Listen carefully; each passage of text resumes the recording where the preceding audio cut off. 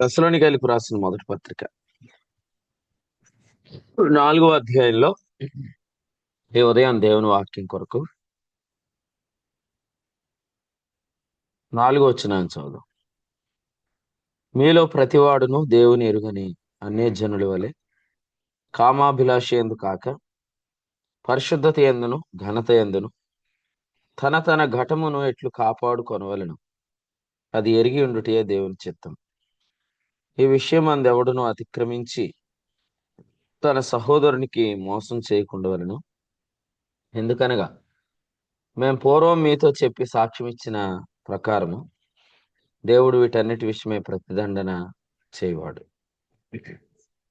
పరిశుద్ధులవుటకే దేవుడు మనలను పిలిచాను గాని అపవిత్రులుగా ఉండుటకు పిలవలేదు. కాబట్టి ఉపేక్షించువాడు మనుషుని ఉపేక్షించడు గాని మీకు తన పరిశుద్ధాత్మను అనుగ్రహించిన దేవునినే ఉపేక్షించుచున్నాడు. అందరూ వీడియోస్ ఆన్ చేసుకోండి.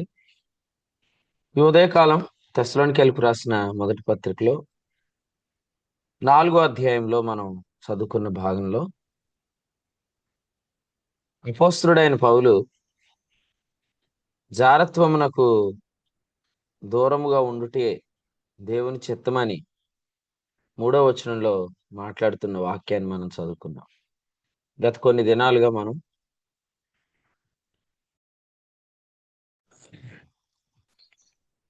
మరి ప్రవక్త చెప్పే మాట అనగా పాపం చేయవద్దనేది ధర్మశాస్త్రం వలన నీతిని వెతికే అనుభవంలో కాకుండా ఆదికాండం 3వ అధ్యాయం 15 నుండే ప్రారంభించబడిన ప్రవచనాన్ని మనము గమనిస్తూ ఉన్నాం అన్నమాట. సో ఆదికాండ గ్రంథం 3వ అధ్యాయం 15వ వచనం నుండే మరి అపవాది పాపం చేస్తున్నాడు, అపవాది మొదటి నుండి పాపం చేస్తున్నాడు అనే మాట మనం గమనిస్తున్నాం.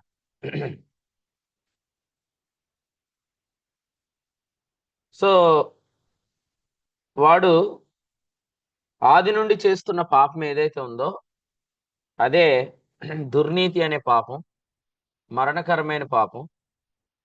సో దీనిని మొదటి నుండి ఇది ఆపేమా తమ్ముడు, ఫ్యాన్ ఆపే. ఇది మొదటి నుండి మరి అభిషేకం గుర్తించింది. అందుకనే ప్రవక్త చెప్పిన మాట వేరు,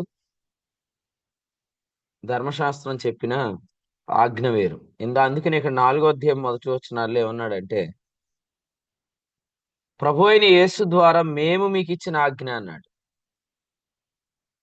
ఇది మనము పాపం చేయొద్దు అని 10 ఆజ్ఞల్లో వ్రాయబడినట్లుగా వినట్లేదు. మరొక క్రొత్త కోణంలో లేకపోతే మరొక ఉన్నతమైన ఉద్దేశంతో మాట్లాడుతున్నట్లుగా మనం గమనించాలి. కారణం ఏంటంటే ఇక్కడ ఎవరి గురించి రాశాడు 8వ వచనంలో అంటే పరిశుద్ధాత్మ అన్నాడు. 10 ఆజ్ఞలకి పరిశుద్ధాత్మకు అసలు సంబంధం లేదు. కారణం ఏంటంటే 10 ఆజ్ఞలు వచ్చిన దినాన 3,000 మంది చనిపోయారు. పరిశుద్ధాత్మ వచ్చిన దినాన 3,000 మంది జీవించారు, బ్రతికారు, చేర్చబడ్డారు. కాబట్టి ఇది క్వైట్ ఆపోజిట్ అన్నమాట. అంటే పాపం చేయవద్దని మాట్లాడుతున్న ఒక అపోస్తులుని అభిషేకం ఈ అధ్యాయంలో మనం గమనించవచ్చు. కానీ ఈయన మాటలు వింటున్నప్పుడు 6వ వచనంలో ప్రతిదండన అనే పదం వింటున్నప్పుడు ఇది 10 ఆజ్ఞలు మాట్లాడినట్లే ఉంది అనే ఆలోచన రానియొద్దని మరి 8వ వచనం నుండి చెప్తున్నాడు. ఉపేక్షించవద్దు, ఇది 10 ఆజ్ఞలే. ఎందుకంటే పౌలు గారు అంతకుముందు ధర్మశాస్త్రోపదేశకుడు కదా. సో పౌలు గారు కూడా మాట్లాడుతున్న ఈ తెస్సలోనికైలో ఉన్నవారు కూడా యూదులే కదా జపాన్లో అని మీరు అనుకోవద్దు, ఉపేక్షించవద్దు. ఎందుకంటే ఇక్కడ ఉపేక్షిస్తుంది పరిశుద్ధాత్ముణ్ణి అని చెప్తున్నాడు అనమాట. కాబట్టి ఈ విషయాన్ని మనం గమనించాలి. ఇంకోటి ఏంటంటే మనము 13వ వచనం నుండి గమనించినట్లయితే రాకడ గురించి రాశాడు. ఈ పత్రిక అసలు రాకడ పత్రిక అంటాం. సో యేసుక్రీస్తు యొక్క రాకడ సమయంలో పాపము చేయవద్దని మాటలు మనం వింటున్నప్పుడు అది ఖచ్చితంగా మరణకరమైన పాపం చేయొద్దు అనే ఉద్దేశాన్ని కూడా గ్రహించాలని గత రాత్రి వర్తమానంలో కూడా ప్రభు మనతో మాట్లాడారు. యేసుక్రీస్తు యొక్క మొదటి రాకడ ఆదికాండం 3వ అధ్యాయం 15 మొదలుకొని ప్రవక్తలు ఎంతమంది అయితే ఆ నీతిమంతుని రాకను గురించి చెప్పారో ఆ నీతిమంతుని రాకను గురించి చెప్పిన ప్రవక్తలందరినీ కూడా హింసించారు. అపోస్తుల కార్యాలు 7వ అధ్యాయం 52వ వచనంలో మనం చూస్తున్నాం. ఇప్పుడు యేసుక్రీస్తు యొక్క రెండవ రాకడను గురించి చెప్తున్న ప్రవక్తలు, ప్రవక్త అనే అభిషేకంలో యేసుక్రీస్తు యొక్క రెండవ రాకడ చెప్పబడుతుందంటే ఆ ప్రవక్త నోట పాపము చేయవద్దనే ఆజ్ఞ వచ్చిందంటే ఖచ్చితంగా అది మరణకరమైన పాపం చేసేవారికి హెచ్చరిక అని మనం గమనించాలి. ఎందుకంటే మరణకరమైన పాపం అనే దాని గురించి మనం వింటున్నప్పుడు యోహాను వ్రాసిన మొదటి పత్రిక 5:16లో అట్టి వాని గూర్చి వేడుకొనవలనని నేను చెప్పట్లేదని పౌలు చెప్పారు. అంటే దాని అర్థం ఏంటంటే హెబ్రీ పత్రిక 6వ అధ్యాయంలో చెప్పినట్లుగా మారు మనసు పొందినట్లు అట్టివారిని నూతన పరచుట అసాధ్యం అని 6లో చూస్తున్నాం.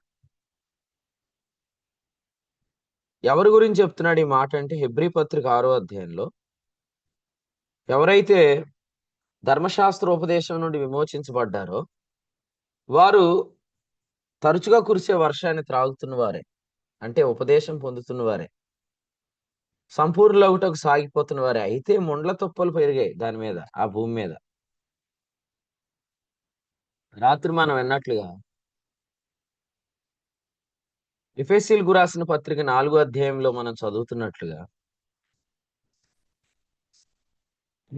వారు నీతి వాక్య విషయంలో అనుభవం లేని పసిపిల్లలు కాదు, కానీ అభిషేకం విషయంలో ఉన్న వ్యత్యాసం ఏమి లేదు. ఉపదేశకుడు, కాపరి, అలాగే అపోస్తులుడు, ప్రవక్త, సువార్థికుడు వీళ్ళందరూ ఒకటే అని అనుకునే ఆ పసిపిల్లవాడు అనమాట. ఎఫెసీ 4:14. అందుకనే ఎఫెసీ పత్రిక 4వ అధ్యాయం మొదటి వచనంలో ఏం చెప్పాడంటే ఆత్మ కలిగించు ఐక్యమును కాపాడుకొనుట యందు శ్రద్ధ కలిగి ఉండండి అన్నాడు. అంటే పరిశుద్ధాత్ముడు ఈ దినాల్లో మనకి అభిషేకాన్ని గురించిన జ్ఞానాన్ని కలిగిస్తున్నాడు, లేదా కలిగిస్తాడు. అది మనం కాపాడుకోవాలి, శ్రద్ధ కాపాడుకోవాలి. ఎందుకంటే పాపం చేయవద్దని హేబేలుకి ఎవరు చెప్పలేదు, కానీ అతడు ప్రవక్త మాట విని పాపం చేయలేదు. కానీ 10 ఆజ్ఞలు వచ్చిన తర్వాత కొంతమంది పాపం చేయవద్దనే బోధ విన్నారు, కానీ యోసేపుకి ఎవరు చెప్పలేదు పాపం చేయవద్దని. వీళ్ళందరూ కూడా ప్రవచనాన్ని, ప్రవక్తను, అభిషేకాన్ని విన్నారు. అందుకని వాళ్ళు కాలం పరిపూర్ణమైనప్పుడు అనే అనుభవంలో ఉన్నారు, గలతీ 4:4. కానీ ధర్మశాస్త్రం వచ్చాక పాపం చేయొద్దు అని విన్న వాళ్ళందరూ యుగముల సమాప్తి యందు అనే అనుభవంలో ఉన్నారు. చాలా తేడా ఉంది. నీవు యవనుడివై ఉండినప్పుడు నువ్వు పాపం చేయకుండా ఉండటం అనే దానికి వేరు, నువ్వు ముసలివాడు అయినప్పుడు నువ్వు పాపం చేయకుండా ఉండటం అనే అనుభవం వేరు. అక్కడ యోహాను సువార్త 21:18లో నువ్వు యవనుడివై ఉండినప్పుడు నీ అంతట నీవే నీకు ఇష్టం వచ్చిన చోటుకి వెళ్ళిపోతున్నావు. నీవు ముసలివాడు అయినప్పుడు వేరొకడు వచ్చి నీ నడుము కట్టును అన్నాడు. అంటే ఇక్కడ ప్రభు ఏమి ఇష్టపడుతున్నాడంటే యవ్వన కాలంలోనే నువ్వు నా మాట వింటే బాగుంటది. ఎందుకంటే యవ్వన కాలంలోనే నువ్వు నా మాట వింటే నీ చేతిలో ఉన్న మంద క్షేమంగా ఉంటది. కానీ నువ్వు ముసలివాడు అయినప్పుడు వింటే నీవు నా మందను పాడు చేసిన వాడు అవుతావు అనేది యోహాను కుమారుడైన సీమోను అనగా పేతురుతో 21వ అధ్యాయంలో ప్రభు మాట్లాడుతుంది. పేతురు కాలం పరిపూర్ణమైనప్పుడు అనే అనుభవంలో లేడు, అక్కడ యుగముల సమాప్తి అనే అనుభవంలో ఉన్నాడు. కారణం ఏంటంటే పేతురు రాత్రి నేను చేపలు పడటానికి వెళ్తున్నాను అని అన్నప్పుడే ఆ స్వరం విని ప్రభు చేయబట్టుకొని ఆగి ఎక్కడికి వెళ్తావు, అలా నువ్వు వెళ్తే ఇంతమందిని నువ్వు తీసుకెళ్ళిపోతావు. ఇంతమందిని తీసుకెళ్ళిపోతే వీళ్ళందరూ నువ్వు మనసు తిప్పేస్తావు, వీళ్ళు నువ్వు పాడు చేస్తావని ప్రభు ఆపొచ్చు, ఆపలేదు. ఆ రాత్రి పేతురును ప్రభు వదిలేశాడు. ఆ రాత్రంతా ప్రయాసపడి ఉదయకాలం సూర్యోదయం అయ్యేదాకా కూడా పేతురు గాని అతనితో వెళ్ళిన వారు గాని ఏ చేపలు పట్టలేదు. అప్పుడు దిగంబరై ఉండి పేతురు, ఆయన ప్రభు సుమి అని యోహాను చెప్పిన మాటకు సముద్రంలో దూకాడు. అంటే ఇదంతా కూడా ఓడిపోయి, ఫెయిల్ అయిపోయి, విఫలమైపోయి ఫైనల్ గా ప్రభు దగ్గర రావటం. కానీ మనం ఫెయిల్ అయిపోయిన తర్వాత కాదు, ముందే ఆయన చెప్పిన మాట విని ఫెయిల్ అవ్వకుండా జీవించాలి. అది ప్రవక్త మాట వినటం. సో అందుచేత ఇక్కడ రెండు విషయాలు మీరు గమనించాలి. హేబేలు ఎందుకు పాపం చేయలేదు, సత్క్రియ ఎందుకు చేశాడు? యోసేపు వ్యభిచారాన్ని ఏమన్నాడు? నేనెట్లు ఈ దుష్కార్యము చేసి అన్నాడు. అసలు వ్యభిచరించవద్దని ఆజ్ఞ రాకముందే వ్యభిచారం అనేది దుష్క్రియ అని ఎలా తెలుసు ఎవరికి? యోసేపుకి.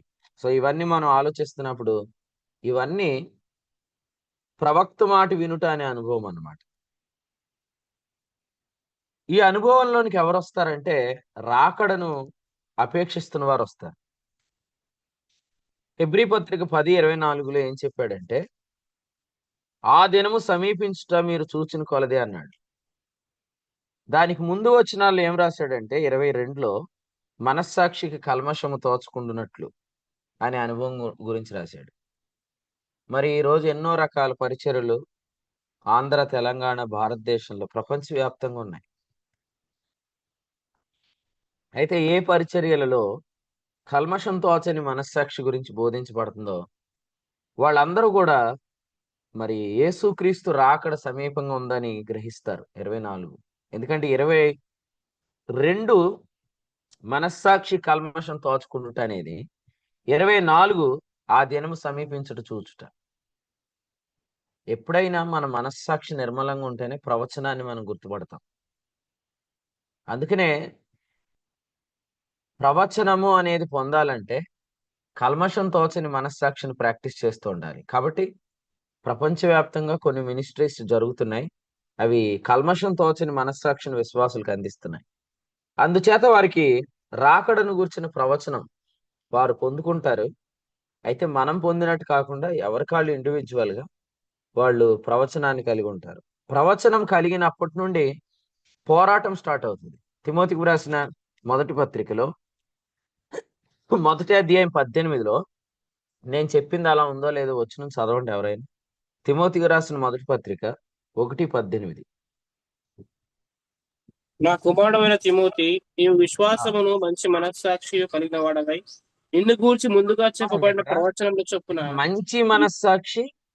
హెబ్రీ 10:22.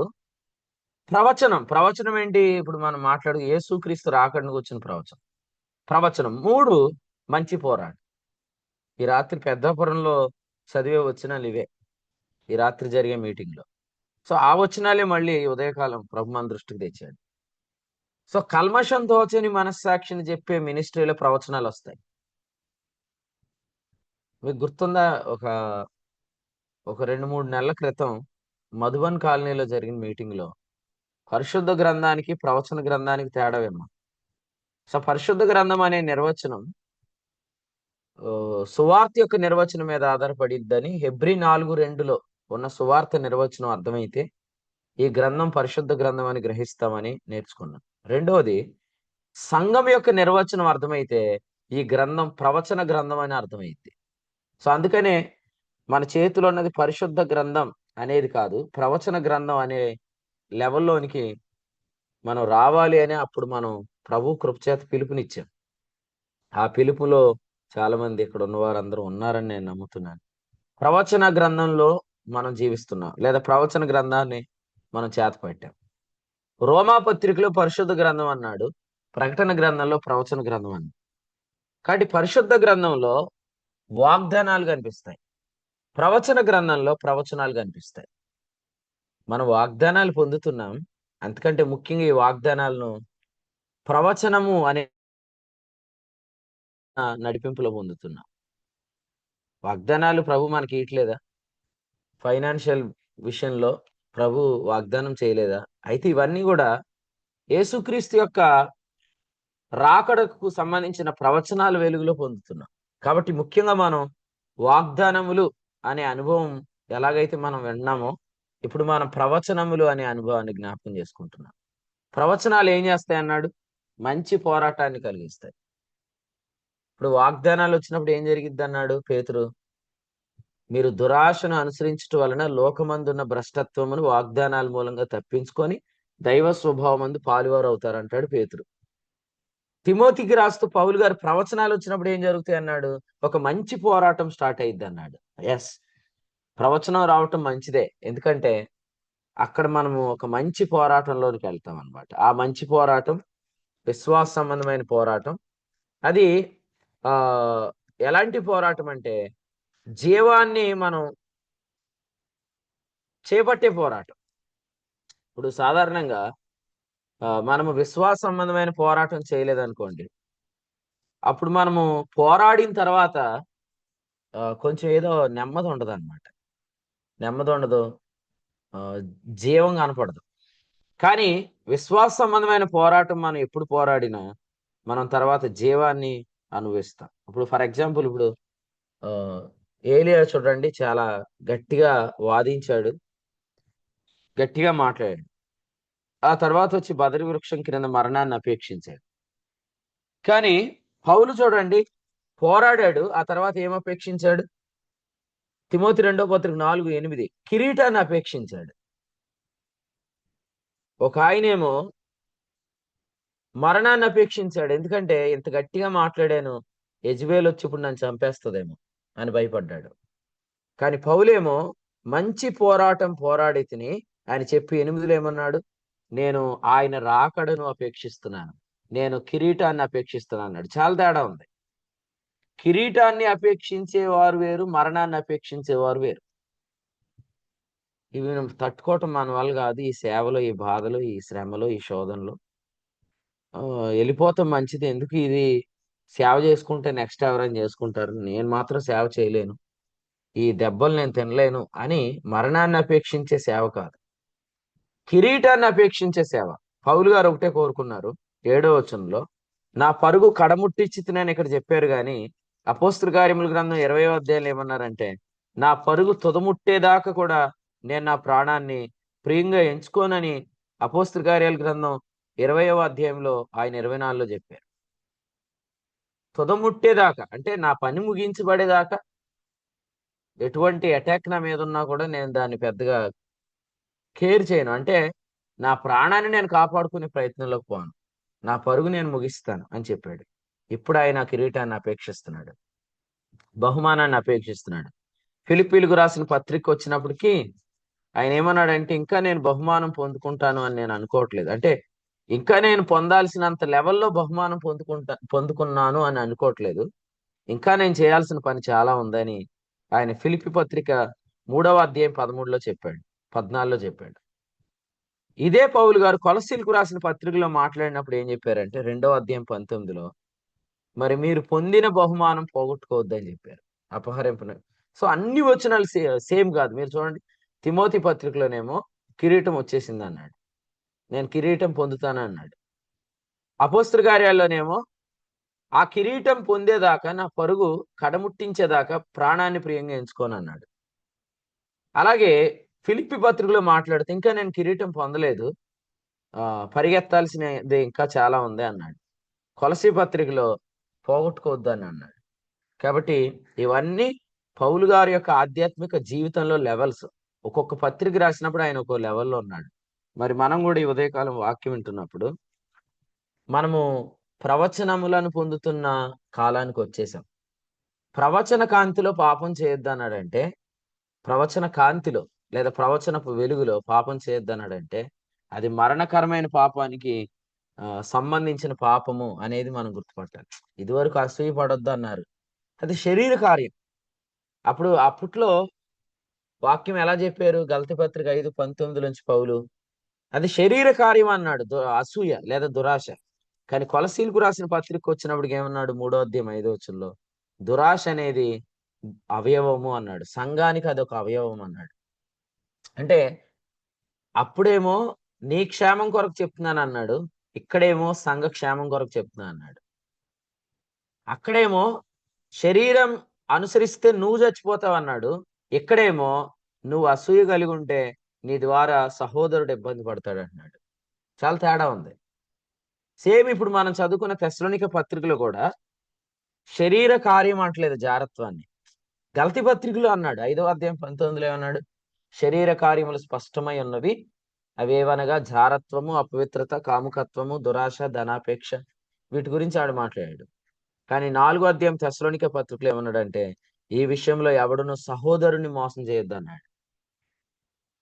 సో ముఖ్యంగా మనం నెక్స్ట్ వచనాల్లో సహోదర ప్రేమ గురించి వింటున్నాం. 9 మనం మొన్న రాజమండ్రిలో ఫిలదెల్ఫియా అంటే అర్థం ఏంటి అనే దాన్ని ఆ, రెండు సార్లు నా ప్రసంగం. ఫస్ట్ టైం విన్నప్పుడు సహోదర ప్రేమ అనేది ఏంటో అప్పుడు మనం విన్నప్పుడు కొలసి పత్రిక నుంచి మొదటి అధ్యాయం మొదటి వచనం నుండి మాట్లాడుతూ కొన్ని విషయాలు విన్నాం. అక్కడ వివరణ ఎలా చెప్పాడు తెలుసా? నెంబర్ 1 కొలసీలో ఉన్న పరిశుద్ధులు. నెంబర్ 2 పరలోకమందు వారి కొరకు ఉంచబడిన నిరీక్షణ. నెంబర్ 3 ఆ నిరీక్షణ బట్టి కలిగిన విశ్వాసం. నెంబర్ 4 ఆ విశ్వాసం బట్టి కలిగే ప్రేమ. ఇది ఆత్మఫలం అనే అనుభవం గుండా చెప్పాడు. అది మొదటి ప్రసంగం. మరలా చాలా నెలల తర్వాత మళ్ళా సహోదర ప్రేమ, ఇది ఇప్పుడు యోహాను పత్రికలో ఉన్న ప్రేమ లేదా యోహాను పత్రికలోని ఉద్దేశంతో చెప్పాడు.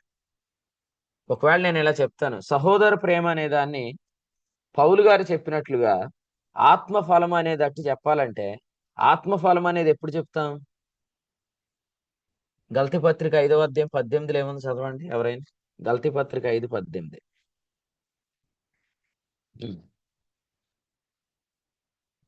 గలతీలకు మీరు రాసిన ఆత్మ పత్రిక చే 5వ అధ్యాయం 18. మీరు ఆత్మ చేత చదవండి. నడిపింపబడిన ఎల్లా ఆ, ధర్మశాస్త్రములకు లోనైన వారు కారు. సో ఆత్మఫలం ఏమనగా ప్రేమ అనేది ఇక్కడ ఎలా చెప్తున్నాడు? మీరు ఆత్మచేత నడిపించబడితే ధర్మశాస్త్రంలోనైన వారు కారు అంటున్నాడు. మరి హేబేలుకు కయ్యేనుకు మధ్యలో సహోదర ప్రేమ అనే అంశం చెప్పాలంటే ఈ వచనంతో చెప్పలేం, ఎందుకంటే అప్పటికి ధర్మశాస్త్రం రాలేదు. కాబట్టి అక్కడ ప్రవక్త చెప్పిన సహోదర ప్రేమ ఉంది. సో ఈ సహోదర ప్రేమ ఏంటంటే, ఫర్ ఎగ్జాంపుల్ ఇప్పుడు హేబేలు కయ్యేను ఇద్దరిని తీసుకుంటే వీళ్ళిద్దరు కూడా కుటుంబ ప్రార్థన జరిగింది అనుకోండి. వాళ్ళ ఇంట్లో ఫ్యామిలీ ప్రేయర్ జరిగింది. అప్పుడు యేసు ప్రభు రాకడ ప్రవచనం ఆదాము చెప్తున్నాడు. ఆ రాకడ ప్రవచనం ఏది? ఆదికాండం 3:15. యేసుక్రీస్తు శరీరధారిగా వస్తాడు, స్త్రీ సంతానంగా పుడతాడు, సర్పమును తల మీద కొడతాడు అనే రాకడ ప్రవచనం చెప్తున్నాడు. ఆ రాకడ ప్రవచనాన్ని నమ్మాడు హేబేలు, సహోదర ప్రేమ కలిగి ఉన్నాడు. నమ్మలేదు కయ్యేను, సహోదర ప్రేమ కలిగి లేడు. ఇప్పుడు కయ్యేను హేబేలును చంపటం అంటే అర్థం ఏంటంటే ఆ ప్రవచనం నెరవేరకుండా ఉండటానికి చేసే ప్రయత్నం. ఇది మరణకరమైన పాపం. అందుకని ఇక్కడ పౌలు సహోదర ప్రేమ అని మాట్లాడుతున్నాడంటే మీకు ఇక్కడ ఎక్కడైనా ధర్మశాస్త్రం గురించి చెప్పాడని చూడండి, ఉండదు. తెస్సలోనిక పత్రికలో 4వ అధ్యాయం 9వ వచనంలో సహోదర ప్రేమ గురించి మీకు వ్రాయనక్కర్లేదు, మీరు ఒకరినొకడు ప్రేమించుటకు దేవుని చేతని ఏర్పరచబడితిరి, అలాగునే మాసిదోనియా అందంతటా ఉన్న సహోదరులందరినీ మీరు ప్రేమించున్నారు, సహోదరులారా మీరు ప్రేమ యందు మరి ఎక్కువగా అభివృద్ధి పొందాలి అని చెప్తున్న ఈ వివరాల్లో పౌలు గారు గలతీ 5:22లో ఇచ్చిన వివరాలు ఇక్కడ చెప్పలేదు. అక్కడ చెప్పినది ధర్మశాస్త్రం అనే లైన్లో చెప్పాడు. ఇక్కడ చెప్పింది పై వచనంలో ఏం చెప్పాడు? ఎవడును తన సహోదరుని మోసం చేయొద్దు అనే లైన్లో చెప్పాడు. నేను ఇలా చెప్తాను, అందరూ జాగ్రత్త వినండి. ఇప్పుడు కన్య అయిన మరియా ఉంది, ఆమెలోంచి యేసుప్రభు రాబోతున్నాడు. ఇప్పుడు ఆమె కన్యకగా ఉన్నప్పుడు రూతుతో బోయాజు ఏం చెప్పాడు?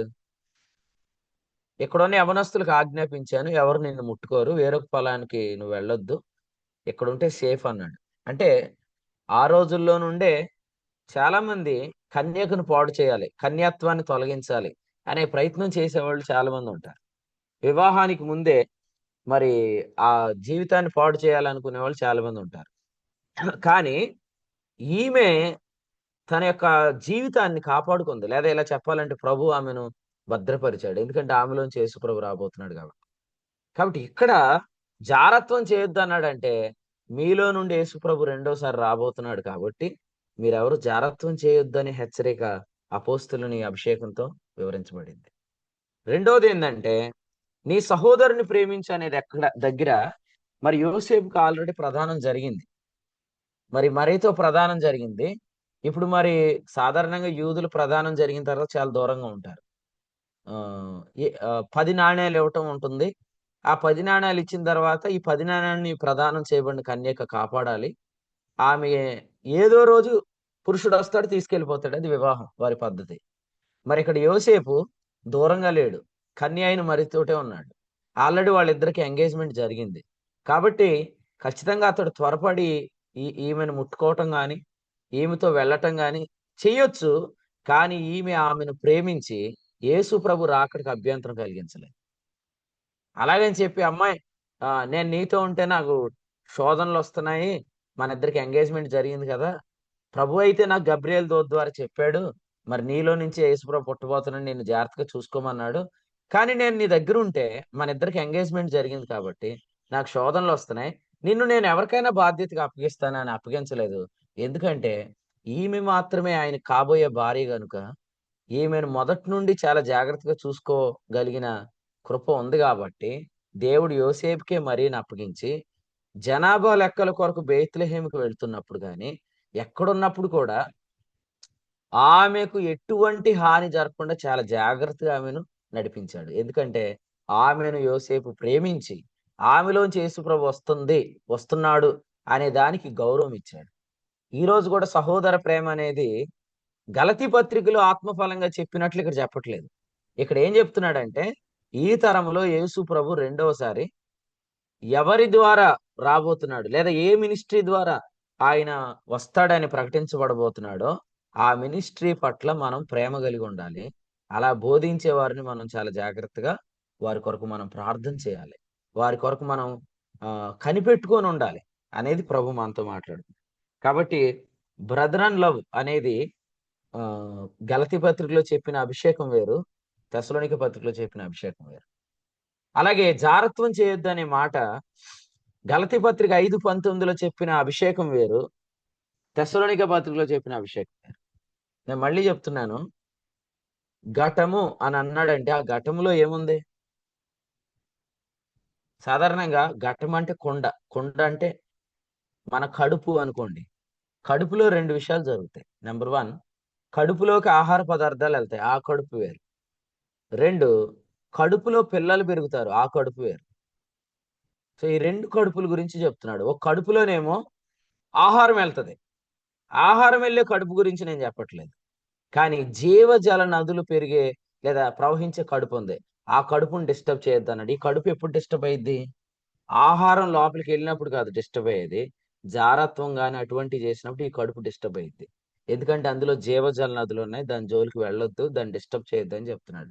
కాబట్టి ఇక్కడ ప్రతివాడు తన తన ఘటం కాపాడుకోవాలి. మీరు అనొచ్చేమో బర్నబాస్ అన్న మీరు చెప్పినట్టు కడుపు సిస్టర్స్ కే సంబంధించింది కదా, ఎందుకంటే గర్భం అంటే ఎవరికి సంబంధించింది?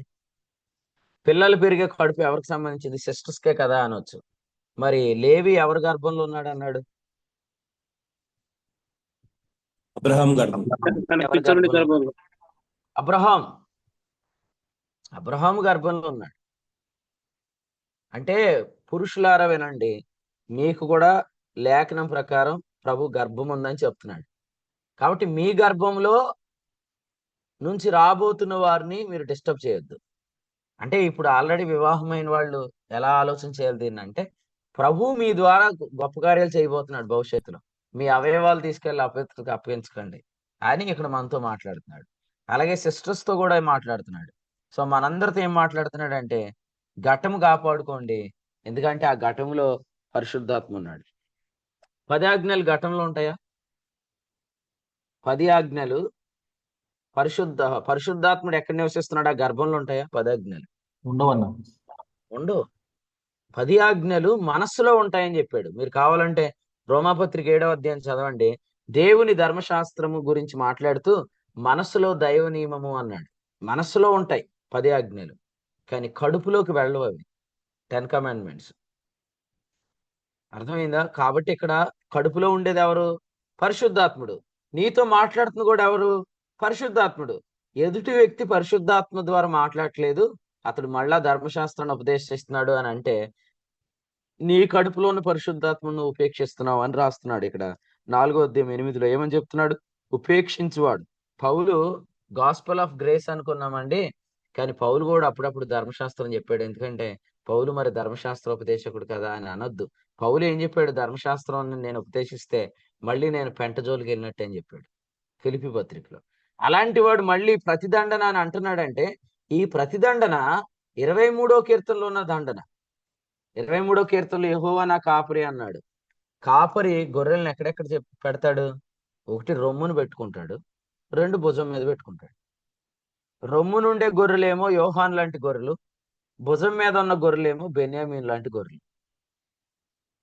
సో రొమ్మునున్నవి ఆయన ప్రేమ చేత తప్పు చేయట్లేదు, భుజాన్ని ఉన్నవి తప్పు చేసి శిక్షణ ఉంది, ఇప్పుడు తప్పు చేయని అనుభవంలో భుజాల మీద కూర్చున్నాయి. బెన్యామీన్ ప్రియుడు, అతడు భుజాల మధ్యలో ఉన్నాడు. యోహాను ప్రియుడు, అతడు రొమ్మున ఉన్నాడు. కాబట్టి రొమ్మునున్న ప్రియుడేమో దుడ్డు కర్ర అయితే, భుజాల మధ్య ఉన్న ప్రియుడేమో దండం. నీ దుడ్డు కర్ర నీ దండము ఆదరించును అన్నాడు 23వ కీర్తనలో. మనం దండన గురించి చెప్పగానే ఏమంటాం? అదిగో ప్రజలను మళ్ళీ పాత నిబంధన భయం కిందకు తీసిపోతున్నారంట. అందుకని ఇటువంటి వర్తమానాలు వినొద్దని చెప్పి లాస్ట్ ఇయర్ కొంతమందిని డిస్టర్బ్ చేసేసి తీసేశారనమాట ఈ పరిచయలో. ఎందుకు తీసేశారంటే కృప వరకు బాగానే చెప్తున్నారు, ఇక్కడి నుంచి మళ్ళీ దండన గురించి చెప్తున్నారంటే మళ్ళీ ధర్మశాస్త్రాన్ని ఉపదేశిస్తున్నారు అని వాళ్ళకి చెప్పారనమాట. మరి మీరు కూడా అటువంటి అభిప్రాయాలు ఉంటే మాత్రం పొరపాటు పడిపోతున్నారు. ఎందుకంటే పౌలు కృపను బోధించేవాడు ప్రతిదండన గురించి చెప్పాడంటే అప్పుడప్పుడు ధర్మశాస్త్రం చెప్పి హెచ్చరించాడని కాదు. మళ్ళీ దాని జోలికి ఎలాగెళ్తాడు? ఎందుకంటే అది పెంట అని చెప్పాడు కదా. ఫిలిప్పీ 3:9 ఏమన్నాడు పౌలు గారు? చదవండి ఒకసారి. ఫిలిప్పీలకు రాసిన పత్రిక 3వ అధ్యాయం 9వ వచనం. క్రీస్తును సంపాదించుకొని ధర్మశాస్త్ర మూలమైన నా నీతిని కాక క్రీస్తునందలి విశ్వాసం వలన నీతి అనగా విశ్వాసమును బట్టి దేవుడు అనుగ్రహించి నీతి గలవాడని ఆయన యందు ఒక్క నిమిత్తం. పౌలు గారు ఇక్కడ చెప్పారు చూడండి, ధర్మశాస్త్ర మూలమైన నా నీతిని గాక విశ్వాసమును బట్టి దేవుడు అనుగ్రహించి నీతి గలవాడినాయి అని ఎందుకన్నాడంటే, నేను అలా ఉండకపోతే నెక్స్ట్ వచనం, ఆయనను ఆయన పునరుద్ధాన బలమును ఆయన శ్రమల్లో పాలువాడు ఒకటి ఎటిదో నేను ఎరగలేను అన్నాడు. కాబట్టి అవన్నీ ఎవరు పోగొట్టుకోరుగా, ఇవన్నీ లాభాలు అన్నాడు. ఈ లాభాల కోసం ఇంతకు ముందు ఏవైతే లాభాలు ఉన్నాయో, ఎందుకంటే ఇప్పుడు మనం ఫంక్షన్కి వెళ్ళామనుకోండి, చాలా మంది ఏమంటారు, రీసెంట్ గానే కన్వర్ట్ అయ్యారండి అంటారు. అప్పుడు మనం వెంటనే వాళ్ళని ఆపి, నేను కన్వర్ట్ అవ్వలేదు, ప్రభు నన్ను ఆకర్షించాడని చెప్పాలి. కన్వర్ట్ అయ్యారు అని అన్నారంటే ఇక్కడ ఏదో మనకి పాత నిబంధన ద్వారా వచ్చే అతిశయం కలిగిస్తున్నారు. అటువంటి వాటిని పౌలు ఎప్పుడు కూడా యాక్సెప్ట్ చేయలేదు. నువ్వు పరిసయ్యుడు కదా అని ఎవరైనా అడిగితే అతడు ఆ పరిసయ్యుడును అని చెప్పుకోవడానికి ఇష్టపడలేదు. నువ్వు మరి ధర్మశాస్త్రం విషయం వల్ల నీతి విషయంలో అనిందుడు అనే సాక్ష్యం ఉంది కదా అంటే, నేను ధర్మశాస్త్రం వల్ల నీతిమంతుని కాదు, విశ్వాసాన్ని బట్టి నీతిమంతుని అని చెప్పుకుంటూ వచ్చాడు. నువ్వు బెన్యామీను గోత్రుడు కదా, నువ్వు హెబ్రీయుడు కదా, నువ్వు సున్నతి పొందినవాడు కదా అని అతని గురించి చెప్తున్నప్పుడు అతడు వాటిని అన్నిటినీ నష్టంగా ఎంచుకున్నాడు. ఎందుకంటే లాభాలేంటి? సంతుష్టి సహితమైన దైవభక్తి ఏమన్నాడు? గొప్ప లాభం అన్నాడు కదా. లాభం ఏంటి? ఆయనను ఎరగొచ్చు. ఇప్పుడు అందరు జాగ్రత్తమేనండి, కొంతమంది వీడియోలు ఆఫ్ చేశారు, ఇంతకు ముందు ఆన్ చేసిన వాళ్ళు. ఇప్పుడు మీరు విశ్వాసాన్ని బట్టి నీతిమంతులు అనుకున్నప్పుడే నీతిమంతుడు విశ్వాసం మూలంగా జీవించడానికి స్టార్ట్ అయింది. ఆ జీవం ఎవరు? క్రీస్తే కదా. సో ఫస్ట్ మనం క్రీస్తుని ఎరగటం స్టార్ట్ అయింది. నెంబర్ 2, ఇది ఒక లాభం. రెండో లాభం ఏంటంటే ఆయన జీవం ఎక్కడుంది? ఆయన సమాధి చేయబడి తిరిగి లేచిన తర్వాత ఉంది ఆయన జీవం. సో మనం పునరుద్ధానాన్ని ఎరుగుతాం. నెంబర్ 3, పునరుద్ధానాన్ని ఎరిగినప్పుడు the power of the resurrection కూడా మనం తెలుసుకుంటాం. ఇవన్నీ దైవ భక్తిలో ఉండే లాభాలు. ఈ లాభాలు కావాలంటే నేను ధర్మశాస్త్రాలు నీతిమంతుడిని అనేది చెప్పుకోకుండా తిరిగాడు.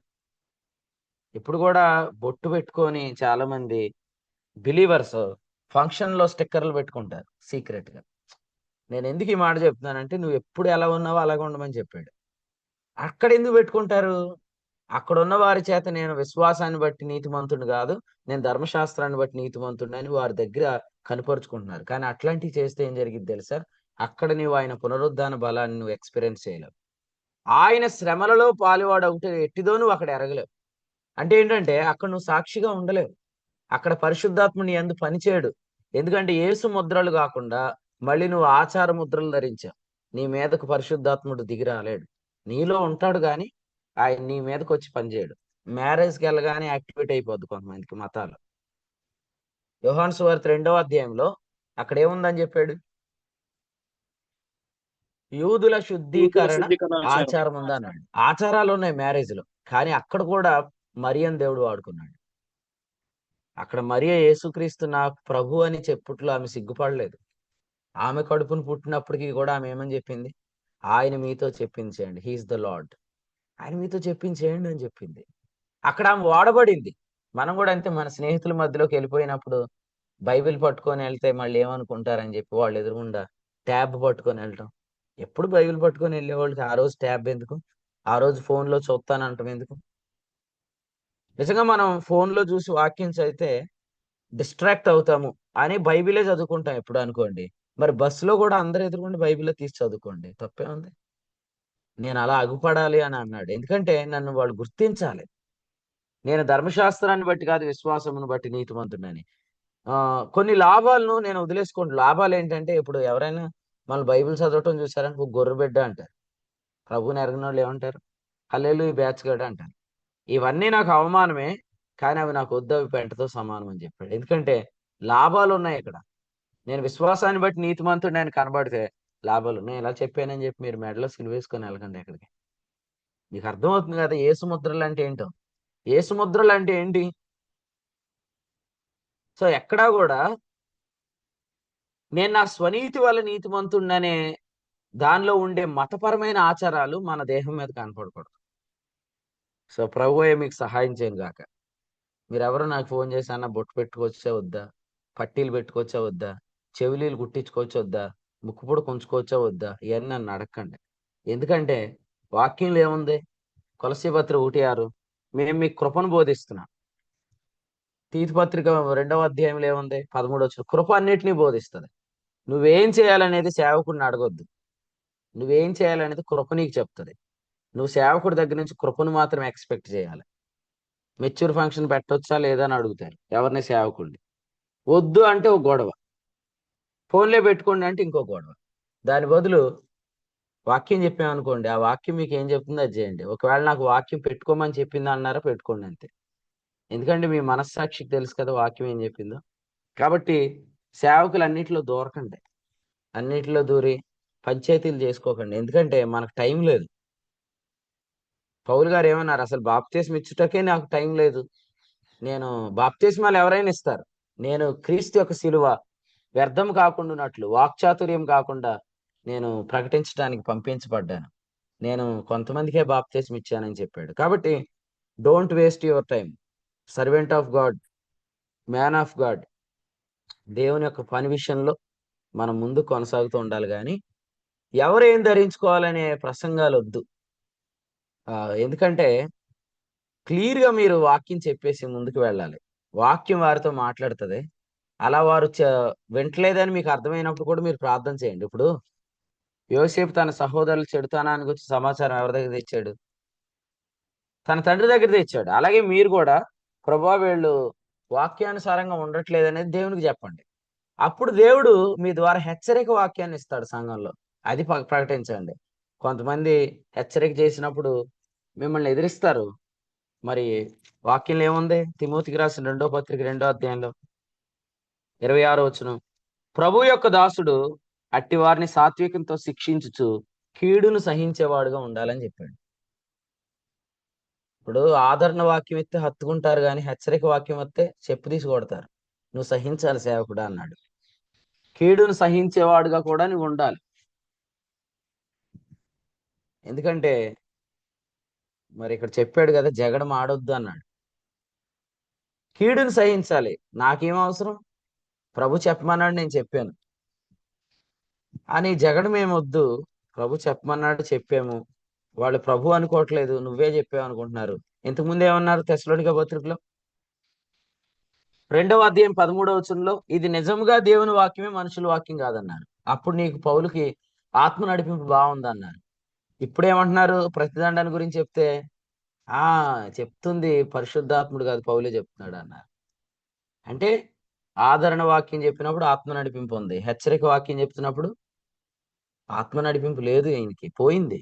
ఎందుకంటే కేపల్ లాంటోడే ఎంతో ఆత్మచేత నడిపించబడి ఈ రోజుల్లో ఆత్మ నడిపింపు పోగొట్టుకున్నాడు కదా, అలాగే ఈయన కూడా పోగొట్టేసుకున్నాడు. ఎవరు? పౌలు గారు అలాగే పోగొట్టేసుకున్నారు. ఎందుకు? ప్రతిదండి అని చెప్తున్నాడు అని. అట్లేం ఉండదు. అందుకనే మనం ఇలాంటి వారి మాటలు వినొద్దండి. ముఖ్యంగా మనం తప్పు చేస్తున్న దినాల్లో, తప్పిపోతున్న దినాల్లో, హెచ్చరిక మనకు వస్తున్న దినాల్లో మంచి స్నేహితులను కలిగి ఉండాలి. లేకపోతే వాళ్ళు ఏం చెప్తారంటే, తిమోతికి రాసిన 2వ పత్రిక 2వ అధ్యాయం 16లో అపవిత్రమైన ఒట్టి మాటలు చెప్తారు. అవి కొరుకు పుండు ప్రాకినట్టు ప్రాగుతాయి. వాటి వల్ల ఏం జరుగుతుందంటే భక్తిహీనులం అయిపోతాం, డివేట్ చేసేస్తారు.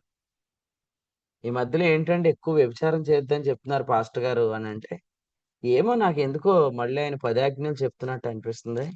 అంటే మేబీ ఆయన టీచింగ్ మార్చి ఉండొచ్చు. ఆయన చెప్పే కొరుకుపుండు మాటలు వినకండి, భక్తిహీనులు అయిపోతారు. అప్పుడు మీరు ఏం చెప్పాలంటే, 10 ఆజ్ఞల్లో ఎందుకు చెప్పారు? నీతిమంతులు అవటానికి చెప్పారు. కానీ ఇక్కడ ఎందుకు చెప్తున్నారు? యేసు ప్రభు త్వరగా రాబోతున్నాడు, నువ్వు నీ ఘటాన్ని కాపాడుకోపోతే నీలో ఉన్న ఆ జీవ జల నదులు పోతాయి. సమరయ స్త్రీతో ప్రభు మాట్లాడుతున్నప్పుడు 10 ఆజ్ఞలు చెప్పినట్టే చెప్పాడా ఆమెతో, ఇప్పుడున్నవాడు నీవాడు కాడు అనే విషయం? అక్కడ అలా చెప్పలేదు. ఆయన ఏమన్నాడు తెలుసా? నేనిచ్చు నీళ్లు కావాలంటే ఆ నీళ్లు నువ్వు త్రాగితే అవి నీలో ఊరేడి నీటి బొగ్గ అన్నాడు. నీకు బొగ్గ కావాలంటే నువ్వు నా దగ్గర రా, నీకు వాటన్నిటి నుంచి విడుదల ఇస్తాను. వ్యభిచారం చేయొద్దు, చేయకుండా ఉండాలంటే నేనే ఆధారం. నువ్వు నన్ను అనుసరిస్తే నువ్వు ఓట పోగొట్టుకోవన్నాడు. కాబట్టి అక్కడ ఆమెతో మాట్లాడినప్పుడు ఓట గురించి చెప్పాడు. ధర్మశాస్త్రంలో ఓట గురించి ఎందుకు చెప్పలేదు మీకు చెప్తాను, అందరూ వినండి జాగ్రత్తగా. పాత నిబంధనలో సంఘం ఉందా? ధర్మశాస్త్ర యుగంలో సంఘం ఉందా? లేదన్న. లేదు లేదు. లేదండి, లేదు. అంటే పెండ్లి కుమారుడు లేడు, అందుకని అది పెండ్లి ఇల్లు కాదు అని మనం విన్నాం కదా. పెళ్లిళ్ళు కాదు అది. పాత నిబంధన ఇల్లు, మోషే పరిచర్య చేసిన ఇల్లు పెళ్లిళ్ళు కాదు. పెళ్లి కుమారుడు లేడు, పెళ్లి కుమార్తె సంపాదించబడలేదు. అవునా కదా? ఇప్పుడు ధర్మశాస్త్రం క్రింద పెళ్లి జరగలేదు. పెళ్లి అనేది జరగనప్పుడు సామెతలు 5 చెప్పడం. సామెతల గ్రంథం 5వ అధ్యాయం చెప్పేది ఎవరికంటే, పెళ్లి ఎక్కడైతే జరిగిందో ఆ క్రొత్త నిబంధనలో ఉన్న వారికి చెప్తాడు. ఎందుకంటే సామెతల గ్రంథం 5లోనే మరి నీ కుండలోని నీళ్లు తాగు, నీ బావిలోని నీళ్లు తాగు, నీ ఓటలు చెదిరిపోవచ్చునా అనే విషయాలన్నీ రాశాడు. ఓట గురించి ఎవరికి చెప్తాం? ధర్మశాస్త్రంలో చెప్పం. అమ్మా నువ్వు వ్యభిచారం చేస్తే ఓటలు పోతాయి అని పాత నిబంధనలు చెప్పరు. ఎందుకంటే అక్కడ వివాహమే లేనప్పుడు ఓట కొండ అనేవి జరగవు. కాబట్టి యోహాను సువార్త 4లో యేసు ప్రభు ఆమెకు 10 కమాండ్మెంట్స్ బోధించలేదు. ఆమె చెప్పింది కదండి, అయ్యా నువ్వు ప్రవక్తవని నేను గ్రహిస్తున్నానండి. నిజంగా ఆయన 10 ఆజ్ఞలు చెప్పేవాడైతే ఆమె ఏమంటాడు? నువ్వు బావి దగ్గరే చచ్చిపోతావు అందుడు. ఎందుకంటే ధర్మశాస్త్రం ఏం పుట్టిస్తుంది? రోమాపత్రిక 4వ అధ్యాయం 13 నుంచి ఏం రాయబడింది? 14-15 వచ్చినారు. ఉగ్రత. ఏలైనగా ధర్మశాస్త్రం ఉగ్రతను పుట్టిస్తుంది. ఆమె పాపం ఆరోపించబడిన వెంటనే ఆమె చచ్చిపోద్ది అక్కడ. ఆమెను ఆయన చంపలేదు, ఆమెను ఆయన బ్రతికించాడు, ఆమె వెళ్ళి అనేకులను బ్రతికించింది. కాబట్టి ఇక్కడ ప్రవక్త స్వరం ఏంటో, 10 ఆజ్ఞలు ఏంటో తెలుసుకోకపోతే మనం చాలా ప్రమాదంలో పడతాం. ఇక్కడ చాలా క్లియర్గా ఏం చెప్తున్నాడంటే, నీ కుండలో ఉన్న ఆ ఘటములో ఉన్న ఆ నీళ్లు నువ్వు కాపాడుకోవాలి. ఓటలు ఇప్పుడు చాలా అద్భుతమైన నడిపింపోతుంది. ఈ టైంలో సాతానుగాడు ఏం చేస్తాడు? ఈ వ్యభిచార సంబంధమైన పాపాలు, జారత్వం సంబంధించిన పాపాల్లోనికి లాగుతాడు. అక్కడి నుంచి ఓటలు పోతాయి. నేను ఒక ప్రశ్న అడగనా? సంసోను వ్యభిచారం చేసిన తర్వాత ఆత్మచేత వాడబడ్డాడా? సంసోను వ్యభిచారం చేసిన తర్వాత ఆత్మచేత వాడబడ్డాడా? లేదన్న. వాడబడ్డాడు. లాస్ట్ మినిట్ లో కూడా వాడబడ్డాడా? లాస్ట్ వాడబడ్డాడు. మినిట్ లో కూడా వాడబడలేదా? వాడబడ్డాడు. చెప్పండి. వాడబడ్డాడన్న. లాస్ట్ మినిట్ లో వాడబడ్డాడు. వాడబడ్డాడు కదా. ఒకసారి లాస్ట్ వాక్యం మినిట్ వాడబడ్డాడు. అవునా కదా? ఇప్పుడు కన్నులు పీకేసి గానుగా త్రిప్పేవాడిగా వాడు సంసోన్తో ఆటలాడుతున్న సందర్భంలో సంసోన్కి ఎక్కడ నడిపింపు రాలేదు. కానీ ఆయన లాస్ట్ మినిట్ లో వాడబడ్డాడు. కానీ ఒకవేళ ఆయన ఆ పాపం జోలికి వెళ్ళకపోతే ఆయన నడిపింపు వేరే త్రోవలో ఉండేది. ఆ త్రోవలోని మనం వెళ్ళాలి. యోహాను సువార్త 4వ అధ్యాయంలో యేసుప్రభు ఏ త్రోవలో వెళ్ళారు? యోదయను విడిచి సమరయ మార్గం గుండా వెళ్ళాడు. మన విషయాల్లో కూడా ఆ తప్పు చేసినా నాకు నడిపింపోతుందని చెప్పుకోవద్దండి. మంచిది కాదు అది పద్ధతి. ఆ పద్ధతి ఆయన మంచిదే కాదు. ఎందుకు వస్తుందంటే ఇంతకుముందు నీకు అభిషేకం ఉంది, ఇంతకుముందు నువ్వు నడిపింపు కలిగిన వాడివి. అందుకని నువ్వు పాపం చేసినా కూడా నీకు అభిషేకం అనేది ఉంది కాబట్టి నీకు ఆ నడిపింపుకు సంబంధించిన అనుభవాలు ఉంటాయి. అలాగని చెప్పి నువ్వు తప్పు చేసిన నడిపింపు ఉందంటే ప్రభు నన్ను మరలా కనికరిస్తాడు, నాకు నడిపింపు వస్తుంది అనుకోవద్దు. నీవు ఇంతకు ముందు ప్రభు నియమించిన దారిలో అయితే నువ్వు వెళ్ళవు. సౌలు గురించి ఏం చెప్పాడు తెలుసా ప్రభు? నేను మళ్ళీ మళ్ళీ ఇది జ్ఞాపకం చేసుకుంటున్నాను, మీకు కూడా జ్ఞాపకం చేస్తున్నాను. ఏమన్నాడంటే, నీ రాజ్యమును సదాకాలం ఉంచాలని నేను అనుకున్నాను అన్నాడు. ఆ మాట ప్రభు అబద్ధ మాట కదా. 10వ అధ్యాయంలో క్షమించండి 13వ అధ్యాయం 13లో సమూయేలు గ్రంథంలో సదాకాలం నేను ఉంచాలనుకున్నాడు. ఇప్పుడు ఇంకొక మ్యాప్ వేశాడు. తప్పు చేయకుండా ఉంటే ఒక లైన్ ఉంటదండి, వ్యభిచారం చేసిన తర్వాత ఇంకో లైన్ ఉంది. కాబట్టి నీ విషయంలో ప్రభు అభిషేకం ఇచ్చాడు, నడిపింపు ఇచ్చాడు. కాబట్టి ఘటం కాపాడుకోండి. ఆ ఘటములో జీవ జలనదులు ఉన్నాయి. నేను చెప్తున్నాను కదా, నిన్న మీకు సాక్ష్యం చెప్పాను లేదా? నేను గత సంవత్సరం జనవరి 1 నుంచి ప్రభు మాట్లాడిన వర్తమానాలను బట్టి నేను అది నిరీక్షించాను, అది కలిగింది నాకు. అలాగే నేను చెప్తున్నాను, నేను ఈ వర్తమానంలో ఉన్న చాలా మంది దగ్గర విన్న సాక్ష్యం ఏంటంటే, అన్నా నేను ఇంతకు ముందు చేసిన పాపం మళ్ళీ ఇన్ని సంవత్సరాలు అయింది, మళ్ళీ దాని జోలికి వెళ్ళలేదు అని చెప్పేవాళ్ళు ఉన్నారు. సో అనుభవం రావాలి మనకి. ఎందుకంటే అనుభవంలో ప్రభు మిమ్మల్ని నడిపించే త్రోవ ఇలాగే ఉంటది. నీ రాజ్యము కోసం నేను ఒక ప్లాన్ చేశాను, ఇప్పుడు ఆ ప్లాన్ మార్చుకుంటున్నాను, అది దావీదుకు అప్పగిస్తున్నాను. ఇప్పుడు ప్లాన్ బి ఏంటంటే ఇలాగా. సో సౌలు 40 ఏళ్ళు పరిపాలించాడు, దావీదు 40 పరిపాలించాడు. కానీ దావీదు 40కి సౌలు 40కి ఎక్కడ పొంతన ఉండదు. సౌలు పరిపాలించిన ఆ 40 అంతా కూడా సౌలు ఏం చేశాడు? దావీదును తరుముతానే ఉన్నాడు. మీరే చెప్పండి. మేకాకి ఒక లేవీడు దొరికాడు. న్యాయాధిపతులు 17, ఎవరికైనా సందర్భం తెలియకపోతే మీటింగ్ అయ్యాక చదువుకోండి. న్యాయాధిపతుల గ్రంథం 17లో మేకాకు లేవీడు దొరకగానే దేవుడే నాకు లేవీడిని యాజకుడికి ఇచ్చాడు అన్నాడు. అలాగే సౌలుకు కూడా దావీదు దొరికిన ప్రతి సందర్భంలో సౌలు ఏమనుకున్నాడు? ప్రభువే నాకు దావీదుని అప్పగించాడు అనుకున్నాడు. అంటే తప్పు చేసిన తర్వాత కలిగే నడిపింపులో మనం ఏమనుకుంటామంటే, మనము దేవుడు నాకు ఇంకా నడిపింపు ఇచ్చాడు, అభిషేకం అనేది ఇంకా నా మీద ఉంది అనుకుంటాం. కానీ నువ్వు ఇంతకు ముందు గీసిన త్రోవలో మాత్రం లేవు అనేది మనం తెలుసుకోవాలి. ఆ జాగ్రత్త ఎవరికైతే ఉదయం ఉంటుందో మీరందరూ కోరుకోండి, నా కడుపులో జీవజల నదులు ఉన్నాయి, నన్ను ఎవరో టచ్ చేయొద్దు అని చెప్పండి. మీరు చాలా మంది మీ నడిపింపును గుర్తించారు, మిమ్మల్ని డిస్టర్బ్ చేయాలని సాతాను వారిని వాడుకుంటాడు. మీరు చెప్పండి క్లియర్గా, నా కడుపులో జీవజాల నదులు ఉన్నాయి, నాలో నుంచి యేసు ప్రభు రెండవసారి ప్రత్యక్షం కాబోతున్నాడు, నేను యేసుక్రీస్తు రెండవ రాకడికి సంబంధించిన ప్రవచనాలు చెప్పే ప్రవక్త అభిషేకంలో పెరుగుతున్నాను. సో మా స్కూల్ ప్రాఫిట్ స్కూల్, మాది ప్రొఫెట్స్ అనాయింటింగ్ స్కూల్. కాబట్టి మేము ఇందులో పెరుగుతున్నాం, కాబట్టి ఇందులో మేము ఇటువంటి పాపం జోలికి వెళ్ళకూడదు, ఎందుకంటే మా ఓటలు చెదిరిపోతాయి అని మనం చెప్పాలి, లేదా ఓటలు డిస్టర్బ్ అవుతాయి అని మనం చెప్పాలి. ప్రభు మిమ్మల్ని అద్భుతంగా వాడుకుంటాడు. ఎందుకంటే హెబ్రీ పత్రిక 12వ అధ్యాయంలో ఏమన్నాడు? పరిశుద్ధత లేకుండా ఎవడును ప్రభువును వాడుకోడు, లేదా చూడడు అనే మాట మనం చూస్తున్నాం. కాబట్టి మీ అందరి దగ్గర గ్రంథం ఉంది కదా. పరిశుద్ధతను ఫలించే వానికి ఇందులో దొరికే తలంపులు వేరు, పరిశుద్ధతను నిర్లక్ష్యం చేసేవాడికి ఇందులో దొరికే తలంపులు వేరు అనమాట. మన తలంపుల ద్వారా ఎంతమంది పోషించబడుతున్నారు? ఎంత ఆనందం మన పరిచర్యలో. ప్రతి ఉదయం, ప్రతి మధ్యాహ్నం, ప్రతి రాత్రి, ప్రతి పత్రిక ద్వారా, ప్రతి కీర్తన ద్వారా అనేక మంది పోషించబడుతున్నారు. మరి ప్రభు నీకు ఇచ్చే తలంపుల ద్వారా ఎంతమంది పోషించబడుతున్నారు? కాబట్టి నీ దగ్గర చాలా మంది పిల్లలు ఉన్నారు, వాళ్ళందరినీ పోషించాలి, వారి కొరకే నీకు శ్రేష్టమైన తలంపులు దొరకాలి. కాబట్టి నువ్వు పరిశుద్ధతను నిర్లక్ష్యం చేయొద్దు.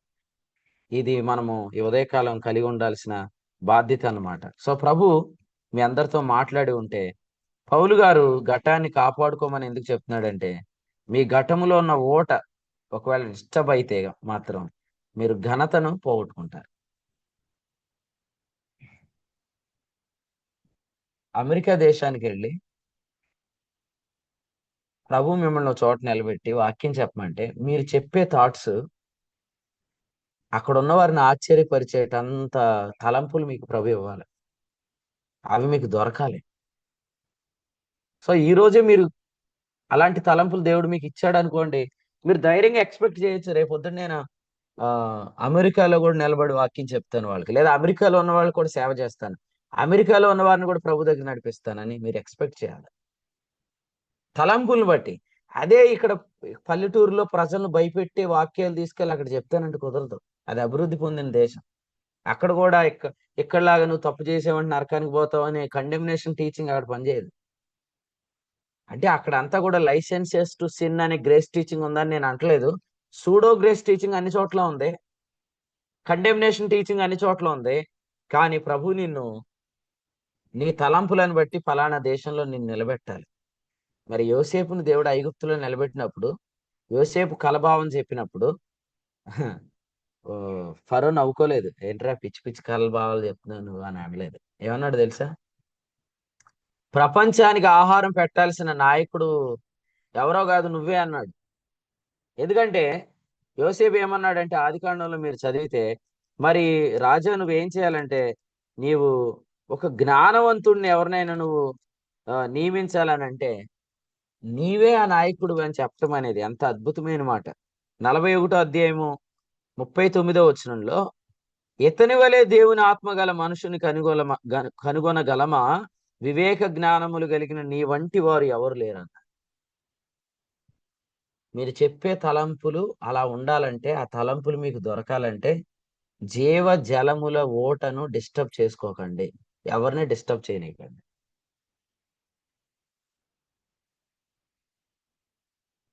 మీకు అర్థమైందా?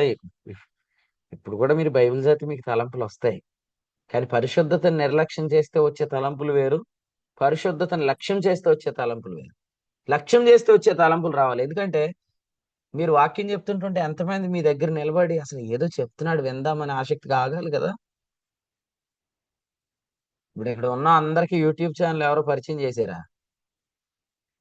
ఖచ్చితంగా కాదు.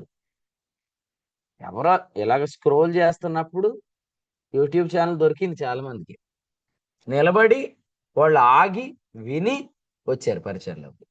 అలాంటి వాళ్ళు చాలా మంది ఉన్నారు. ప్రభుకి స్తోత్రం. నేను చెప్పేది ఏంటంటే, నేను ప్రభుకే స్తోత్రం చెప్తున్నాను. మీ గురించి కూడా నేను ఏం మాట్లాడుతున్నానంటే, ఈ తలంపులు ఇంకా చాలా మంది అందిస్తున్నారు కాబట్టి మిమ్మల్ని పెద్ద లెక్క చేయకూడదు అనేది ఉండొద్దు. నువ్వు అందిస్తున్న తలంపులు ఎవరు అందించలేదు కాబట్టి ఆగాలి. అక్కడ ఆగి, అరే ఈయనేదో కొంచెం ఇలా చెప్తున్నాడే అని ఆగాలి. అలా ఆగినోళ్లే ఇక్కడ ఉన్న చాలా మంది, రాత్రి లైవ్ వింటున్న చాలా మంది, మన కాన్ఫరెన్స్కి వచ్చిన చాలా మంది. కాబట్టి మీ అందరితో ప్రేమతో ఏం చెప్తున్నానంటే, అందరిలా ఉండకూడదు. నీ సబ్స్క్రైబర్స్ పెరగాలి, నీ లైవ్ వ్యూస్ పెరగాలి. మీరు చూడండి, ప్రశాంత్ గురించి నేను మళ్ళీ సాక్ష్యం ఇస్తున్నాను మీ అందరిలో. నేను ప్రియుని గురించి సాక్ష్యం ఇవ్వటం నేను సిగ్గుపడను. ఏంటంటే ఒక్కడే ఉన్నాడు, ఒంటరిగా ఉన్నాడు, వర్తమానాలు అందిస్తున్నాడు, పరిచయం చేస్తున్నాడు. దేవుడు చూడండి, ఈ వారంలో ఆయన ఒక మందిరం డెడికేట్ చేసే దగ్గర ఆయనను నిలబెట్టి ప్రార్థన చేయించి సేవకుడిగా ఆయన చేత నిర్మల్లో మందిరం డెడికేషన్ జరిగింది, లేదా గుమ్మం ప్రతిష్ఠించడం జరిగింది. నిన్నటి దినం ఒక నిర్మల్లో ఒక ఇంటి శంకుస్థాపనలో దేవుని సేవకుడిగా ఆయన వాడుకున్నారు. నిజానికి ఆదిలాబాద్లో ఎక్కువ మంది ఏం లేరు, ఉంటే ఒక 10 మంది 15 మంది ఉన్నారు. వాళ్ళని పెంచుతున్నాడు. అనుకోని ఆఫర్ వచ్చింది నిర్మల్లో, అక్కడికి వెళ్ళి నిలబడ్డాడు, ప్రభు ఆడుకుంటున్నాడు. నేను మొన్నే మన తమ్ముడు యూట్యూబ్ ఛానల్ చూశాను అనమాట. చాలా మంది చూస్తున్నారు వాక్యాలు, కానీ మీరు చూడండి కొంతమంది దగ్గర అసలు వ్యూస్ ఉండట్లేదు. ఎవరు? చాలా కాలం నుంచి ఉన్నవాళ్లే. ఎందుకంటే వాళ్ళ తలంపులు వినటానికి ఎవరు ఆగట్లేదు. నేను మిమ్మల్ని ఎవరిని డిసప్పాయింట్ చేయట్లేదు. ఇక్కడ ఎవరైతే తలంపులు కలిగి ఉన్నారో, మీరు వ్యూస్ చూసుకొని అరే నా వాక్యాలు ఎవరు వింటలేదని డిసప్పాయింట్ అవ్వకండి. రాబో దినాలు అనేక మంది మీ వాక్యాలు వింటారు. మీ సబ్స్క్రిప్షన్స్ పెరుగుతాయి, మీ వ్యూస్ పెరుగుతాయి, ఎందుకంటే మీ తలంపులు పెరుగుతాయి. ఇక్కడ పెరగాల్సింది ఎందుకంటే అనేక మందికి జీవం కలగాలి, అనేక మందికి నీ ద్వారా మేలు కలగాలి, అనేక మందికి నీ ద్వారా క్షేమం కలగాలి.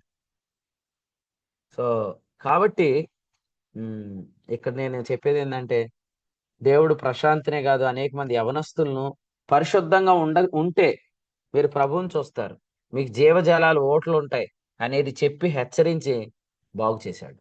ఎప్పుడు వారి ద్వారా గొప్ప పని జరుగుతుంది.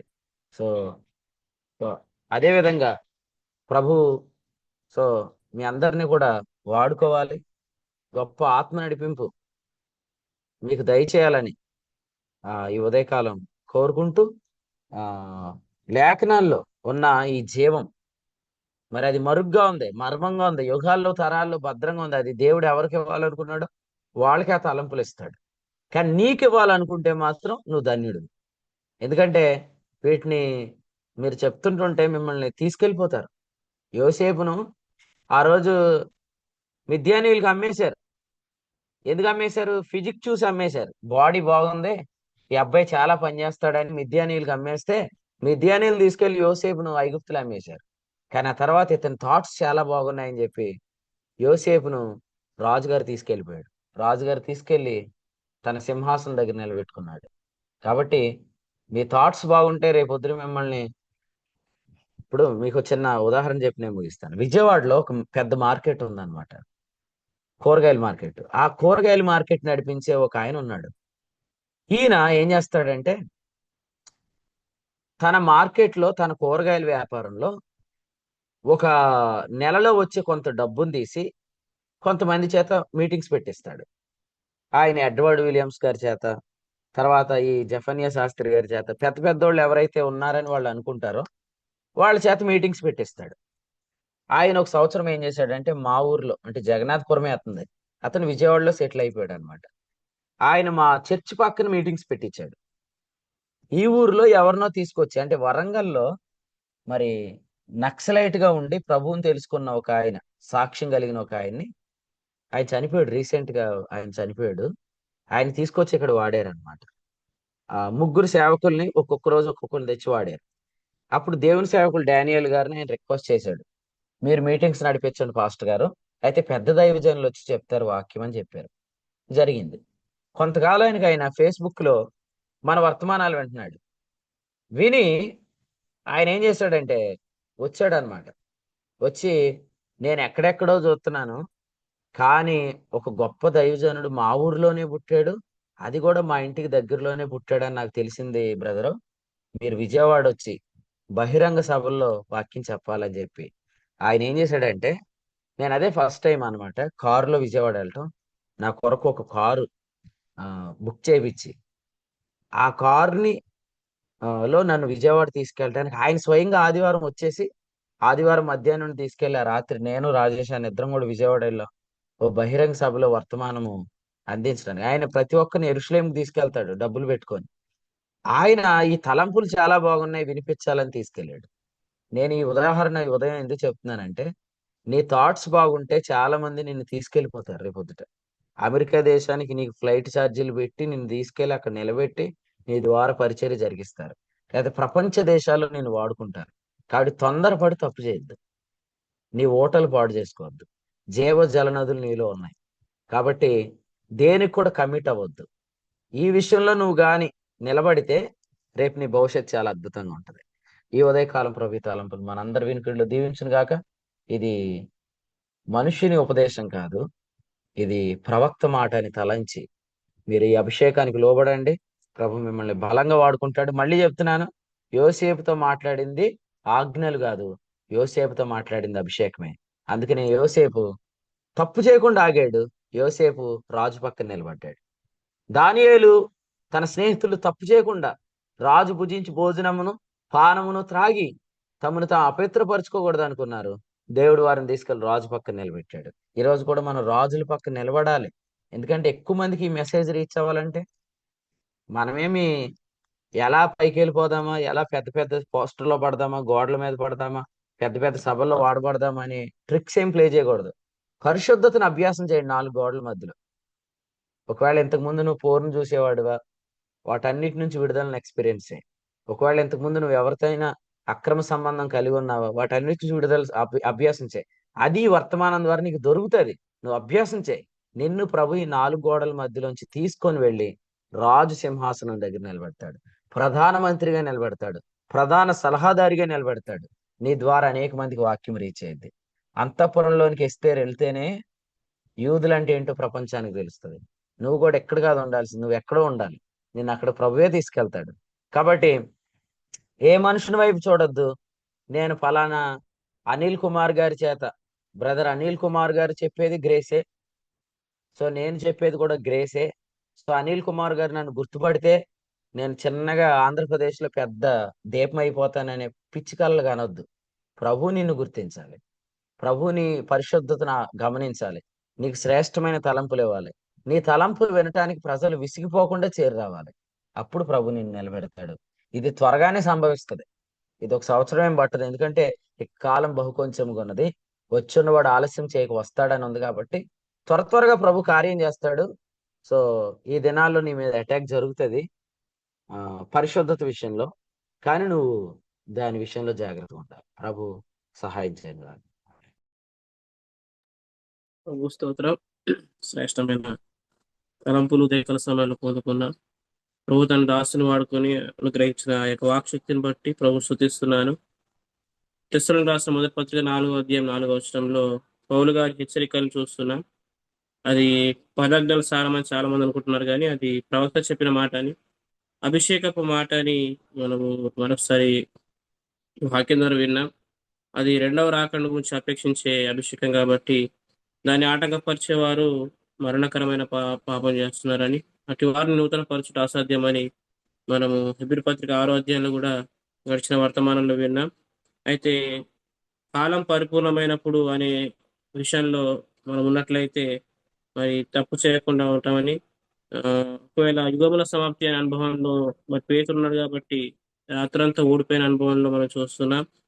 అదే యోసేపు ఉన్న కాలంలో అతను ప్రవచనాన్ని నమ్మాడు కాబట్టి తప్పు చేయకుండా నేను ఎట్లు ఈ దుష్కారం చేతునని చెప్పినట్టుగా మనం చూస్తున్నాం. అయితే మరి ఆ దినము చూసిన కొలది మనం సహవాసం కూడి వస్తున్నాం కాబట్టి ఏ సహవాసంలో మంచి మనస్సాక్షి కలుగుతుందో ఆ మంచి మనస్సాక్షి ద్వారా కలుగుతున్న ప్రవచనాలు, ఆ ప్రవచనాల చొప్పున మనం మంచి పోరాడుతున్నామని తిమోతి పత్రికలో మనం చూస్తాం. అయితే ఈ యొక్క మంచి పోరాడే ఈ సహవాసంలో ప్రభు మనల్ని ఉంచాడు. అందుకు ప్రభు స్తోత్రం. మన పోరాటం దేని కొరకంటే మరి కిరీటాన్ని అపేక్షించడం కోసమని. ఏలియా మరణాన్ని అపేక్షించాడు, కానీ మరి పౌలు గారు నేను పోరాడుతుంది కిరీటం కోసమని. పౌలు గారి యొక్క ఆత్మీయ అనుభవాలు మనము ముట్టించవాలని, కడ ముట్టించవాలని ఇలాంటి కొన్ని వచనాలు మనం చూసాము.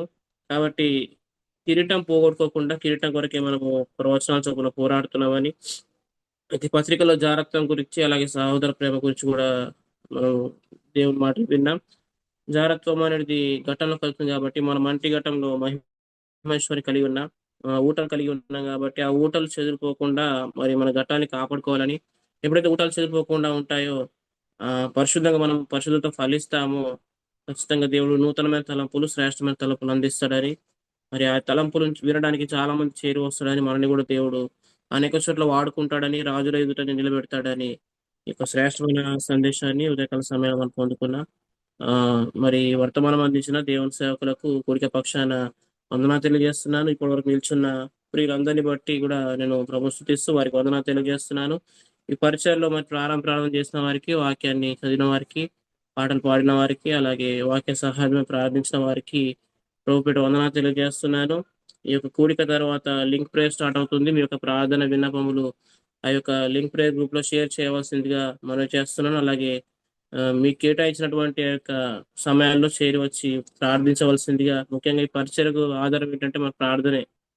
మన ప్రార్థన ద్వారా ఈ పరిచయం ఇంత ఘనంగా జరుగుతుంది కాబట్టి ఆ యొక్క ప్రార్థన సమయాన్ని ఎవరు మిస్ కావద్దని ప్రభుపేట తెలియజేస్తున్నాను. ఈరోజు సాయంకాలం పెద్దపురం జరిగిపోయే మీటింగ్ కొరకు ప్రార్థన చేయండి. అలాగే ఈ సమయంలో మనం ముగింపు ప్రార్థన చేసుకుందాం. దయచేసి ఎవరైనా ప్రేరేపించబడిన వారు ఉంటే ఈ యొక్క అవకాశాన్ని తీసుకొని ముగింపు ప్రార్థన చేసి కూడికను ముగింపు చేయవలసిందిగా తెలియజేస్తున్నాను. ప్రార్థన చేయాలని ప్రేరేపణ కలిగిన వారు దయచేసి అవకాశం తీసుకొని ప్రార్థించగలరు.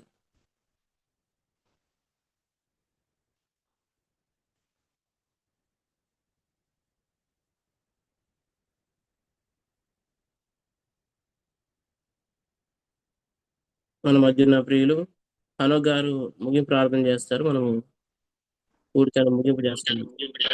ప్రశాంత్, నేను ఉన్నారా?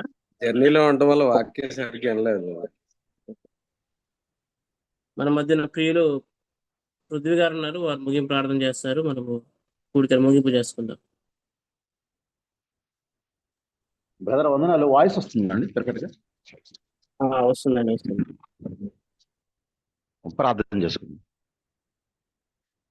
పరిశుద్ధుడైన మా తండ్రి, ప్రేమ స్వరూపుడు మా గొప్ప ప్రభా, నీకు వందనాలు, స్తుతులు, కృతజ్ఞతాస్తుతులు చెల్లించుచున్న తండ్రి. ఈ దినాన ప్రభా నువ్వు ఇచ్చిన వర్తమాన సందేశం ద్వారా ప్రభా, మొదటి దశలోనికి రాసిన పత్రిక 4వ అధ్యాయం నుంచి ప్రభా, నువ్వు సహోదర ప్రేమ విషయంలోను తండ్రి, అలాగనే పాపం విషయంలోను తండ్రి, ఇదిగోనైనా మమ్మలను జాగరూకులుగా ఉండమని, జాగ్రత్తలకు దూరంగా ఉండమని ఈ యొక్క వర్తమాన సందేశం ద్వారా మమ్మల్ని హెచ్చరిక చేస్తున్న విధానం బట్టి నీకు వందనాలు తండ్రి. ఇదిగోనైనా ప్రభు యేసుక్రీస్తు ద్వారా మీరు మాకు అనుగ్రహించిన కృపను మేము ఏమాత్రమును వ్యర్థం చేసుకోకుండా నీ రాకడికి ప్రభావ మేము సిద్ధపడాలని ఫిబ్రవరి 10వ అధ్యాయం 24, 22 వచనాల్లో మనసాక్షికి కల్మషం తోస్తూ ఉండాలని నీ రాకడకు మేము తండ్రి ఇదిగోనైనా పరిశుద్ధతలో కలిగి ఉండమని తండ్రి దాసం ద్వారా మీరు మాతో మాట్లాడుతూ తండ్రి ఇదిగోనైనా మమ్మల్ని హెచ్చరిస్తున్న విధానం బట్టి మరొకసారి నీకు వందనాలు చెల్లిస్తాను తండ్రి. ప్రభు యేసుక్రీస్తు ద్వారా ప్రభావ మేము తండ్రి నీతిమంతులుగాను పరిశుద్ధులుగాను ఉండటానికే మమ్మల్ని పిలిచారని, దేవుని చిత్తం అందుకు తండ్రి ఇదిగోనైనా మీ పరిశుద్ధాత్మను మాకు అనుగ్రహించారని తండ్రి వర్తమాన సందేశం ద్వారా మీరు మాతో మాట్లాడారు. ప్రభావ ధర్మశాస్త్రం వల్ల నీతిని ద్వారా మేము నీతిమంతులు కాదని, విశ్వాసాన్ని బట్టి నీతిమంతులుగా ప్రభావ మీరు మమ్మల్ని తీర్చిదిద్దురని ప్రభావ ఇదిగోనైనా మేము ఆ పోరాట విషయంలో మంచి పోరాటం కలిగి జీవించాలని ప్రభావ ఆశతో ఎదురు చూసే ఈ మంచి పోరాటం విషయంలో తిమోతి రాసిన పత్రిక 4వ అధ్యాయం 8వ వచనం ద్వారా మీరు మాతో మాట్లాడారు ప్రభావ. అంతేకాదు ప్రభావ ఇదిగోనైనా ఎవరైనా పరిశుద్ధి లేకుండా దేవునికి ఇష్టడైన అసాధ్యమని హెబ్రీ రాసిన పత్రికలో కూడా మీరు మాతో మాట్లాడారు ప్రభావ. నీకు వందనాలు చెల్లిస్తున్నాం ప్రభావ. ఇదిగైనా ఇంత గొప్ప మంచి పరిసరలో ప్రభావ మేము ప్రవక్త చెప్పే ఈ యొక్క ప్రవక్త మాటలను బట్టి ప్రభావ మా యొక్క విశ్వాసం జీవించే జీవితంలో ప్రభావ ఇటు హెచ్చరిక మాటలతో ప్రభావ మేము తండ్రి కృపను నిర్లక్ష్యం చేసుకోకుండా విశ్వాస వాక్యం ద్వారా కృపావాక్యం ద్వారా మీరు మమ్మల్ని బలపరుస్తున్న విధానం బట్టి నీకు వందనాలు ప్రభావ. ఇదిగైనా నీ యొక్క అభిషేకం కలిగిన సహోదరులతో నీ యొక్క అభిషేకం కలిగిన విశ్వాస సమూహంతో ప్రభావ మీరు మమ్మల్ని బలపరుస్తున్నారు. అందరిని బట్టి నీకు వందనాలు కూడా చెల్లిస్తున్నాను ప్రభావ. నిన్న దినాన తండ్రి తనకు ప్రాంతంలో నుంచి మీరు అనేకమైన గొప్ప సంగతులను మీరు మాకు బయటపరిచారు ప్రభావ. సెలవులుగా కూర్చి సెలవులకు సంబంధించిన ప్రభావ ముళ్ళుని గురించి ప్రభావ ఇదిగోనైనా ఆకాశం భూమి తన ముళ్ళును ఎలాగైతే ప్రభావ ఇదిగోనైనా నీ కొరకు సిద్ధపరుస్తుందో అనేక గొప్ప సంగతుల ద్వారా ఈ యొక్క విశ్వాస సమూహంతో మీరు మమ్మల్ని బలపరుస్తున్నారు. ఏదైనా బట్టి నీకు వందనాలు తండ్రి. ధర్మశాస్త్ర సంబంధమైన క్రియల వల్ల ఎవరినో దేవుని తట్టు నిజంగా నీతిమంతులు కాలేరు కానీ అయ్యా ఇదిగోనైనా ఎవరినో తండ్రి ఇదిగోనైనా విశ్వాసం ద్వారానే నీతిమంతులుగా తీర్చిదిద్దామని మమ్మల్ని గుర్తిరిగి ప్రభావ ఇదిగోనైనా ఈ ఉదయకాలమున ఈ యొక్క తెస్సలోనికైలకు రాసిన పత్రిక ద్వారా మీరు మమ్మల్ని బలపరిచిన విధానం బట్టి నీకు వందనాలు తండ్రి. ఇదిగోనైనా మా యొక్క ఎన్ఐటీని మేము పాడు చేసుకోకుండా ప్రభావ ఈ యొక్క అనుగ్రహించిన కృపచేత ప్రభావ బలవంతం కావాలని ప్రభావ ఇదిగోనైనా పాపానికి దూరంగా ఉండాలని ముఖ్యంగా ప్రభావ ఆదికాండము 3వ అధ్యాయం 15వ వచనం ద్వారా ప్రభావ నీ సంతానికి వైర్యం కలగజేస్తారని నీ రాకకు ప్రభావ సాతానుడు అనేక రకాలుగా తండ్రి నీ రాకని ఇబ్బంది పెట్టినప్పుడు కూడా ప్రభు ఇదిగోనైనా మా యొక్క ఆత్మ సంబంధమైన దేహం నుంచి ప్రభు రెండో రాకడకు ప్రభు మాలో నుంచి ఉద్భవిస్తుందని ఆ రాక కొరకు మేము ఎదురు చూడాలని నీ రాకలో మేము తండ్రి ఇదిగోనైనా క్రీస్తు న్యాయపీఠ మీదట మేము నిలబడే దేవుడు ఆ బహుమానం పొందుకోవడానికి ప్రభు విశ్వాసం జీవించే జీవితంలో మేము ఏమాత్రం వెనకటి వేయకుండా ప్రభు ఇదిగోనైనా నీ అనుగ్రహించిన ఈ కృప వాక్యం ద్వారా దాసులు భాస్కర్ ద్వారా ఇదిగోనైనా నేటి యువతను ప్రభావ అలాగే విశ్వాసం జీవించే వారిని ప్రభావ రాబో తరలో తండ్రి ఇదిగోనైనా ఎలాగైతే యేసేపును ప్రభావ ఎదుట మీరు నిలబెట్టారో అలాగే దానియేలును సహితం నెబుకద్నెజరు ఎదుట మీరు ఎలాగైతే సాగిలి పడేలా చేశారో అనేక గొప్ప కార్యాలు ఈ సహవాసం అందు ఇదిగోనైనా విశ్వాసం అందు తండ్రి అనేకుల్ని మీరు నిలబెట్టి రాబోతున్న ఆ గొప్ప కార్యాల విషయంలో మేము మంచి పోరాటం పోవటానికి మీరు బలపరిచిన ఈ యొక్క వాక్య సందేశాన్ని బట్టి ఒకసారి నీకు వందనాలు చెల్లిస్తున్నాను. దాసు నిలబెట్టిన ప్రతి ఒక్కరికి వైకీభవించిన ప్రతి ఒక్కరికి స్తుతించిన ప్రతి ఒక్కరికి గణపరిచి మహిపరిచే భాగ్యం ఇచ్చావు. అందుని బట్టి నీకు వందనాలు చెల్లిస్తున్నాం. మరొకసారి ప్రభా ఈవనైనా ఈ పరిచయం ద్వారా జరుగుతున్న అనేక కార్యాలను బట్టి ఈ రాత్రి కాలంలో పెద్దపురంలో జరిగే కార్యక్రమంలో కూడా ప్రభు మీరు మాట్లాడి బలపరచమని ప్రతి ఒక్కరి మీద నీ ఆత్మ కుమ్మరింపులో ప్రభు మేమందరము ఏక మనుషులే నిన్ను మహిపరిచే భాగ్యం దయచేయమని మరొకసారి ప్రభా ఇదనైనా ఈ యొక్క కార్యక్రమం నడిపించిన బ్రదర్ ప్రశాంత్ని బట్టి కూడా నేను సంతోషిస్తూ వందనాలు చెల్లిస్తున్నాను. అలాగే నేను ఏకీపించిన ప్రతి ఒక్కరిని ప్రభా నువ్వు దీవించి ఆస్వాదించి జరగబోవు లింక్ ప్రేయర్ విషయంలో కూడా ప్రార్థన పూర్వకంగా విజ్ఞాపనలను నీ సన్నిధి తీసుకొచ్చి తండ్రి ప్రార్థనల ద్వారా ప్రభా గొప్ప కార్యాలు పొందుకునే భాగ్యం మీరు మాకు దయచేస్తున్నారని విశ్వసిస్తూ మరొకసారి ఈ అవకాశం ఇచ్చిన ప్రభా నీకు మరొకసారి నీకు వందనాలు చెల్లిస్తూ మరొకసారి ప్రభా ఈ పరిచయం ద్వారా జరిగించిన ప్రతి కార్యంలోనూ నీ ఆత్మకార్యాలు జరిగించి ఏమాత్రమో శరీర సంబంధం కాదని శరీర కార్యాలకు దూరంగా ఉంటూ ఆత్మ సంబంధమైన కార్యాలలో ఆత్మ ఫలముల విషయంలో మేము ఆత్మానుసారమై ఉన్నామని ప్రవక్త యొక్క మాటను బట్టి మేము విశ్వసిస్తూ బలపరుస్తూ ఎల్లప్పుడూ జీవించే భాగ్యము నీ అభిషక్తులైన మా అందరికీ నీ ఆత్మనిచ్చినందుకు మరొకసారి ఈ ఉదయకాలపున నీకు కృతజ్ఞతాస్తుతులు చెల్లిస్తూ మా ప్రభువును ప్రేరణ యేసుక్రీస్తునామమున నిన్ను స్తుతించి ప్రార్థించి అడిగి వేడుకుంటున్నాను పరమ తండ్రి. ఆమేన్. ముగి ప్రార్థన చేస్తున్న ప్రియులు పృథ్వీ గారికి ప్రభుపేట వందనాలు తెలియజేస్తున్నాను. ఒకరికొకరు వందనాలు తెలియజేసిన తర్వాత ఈ కూడిక ముగింపు చేయబడుతుంది. అందరికీ వందనాలండి. అందరికీ వందనాలండి. ప్రభు మిమ్మల్ని దీవించుగాక. అందరికీ వందనాలండి. అందరికీ వందనాలండి. అందరికీ వందనాలు. అందరికీ వందనాలు. అందరికీ వందనాలు. అందరికీ వందనాలు. అందరికీ వందనాలు. అందరికీ వందనాలండి. అందరికీ వందనాలు. అందరికీ వందనాలు. అందరికీ వందనాలండి.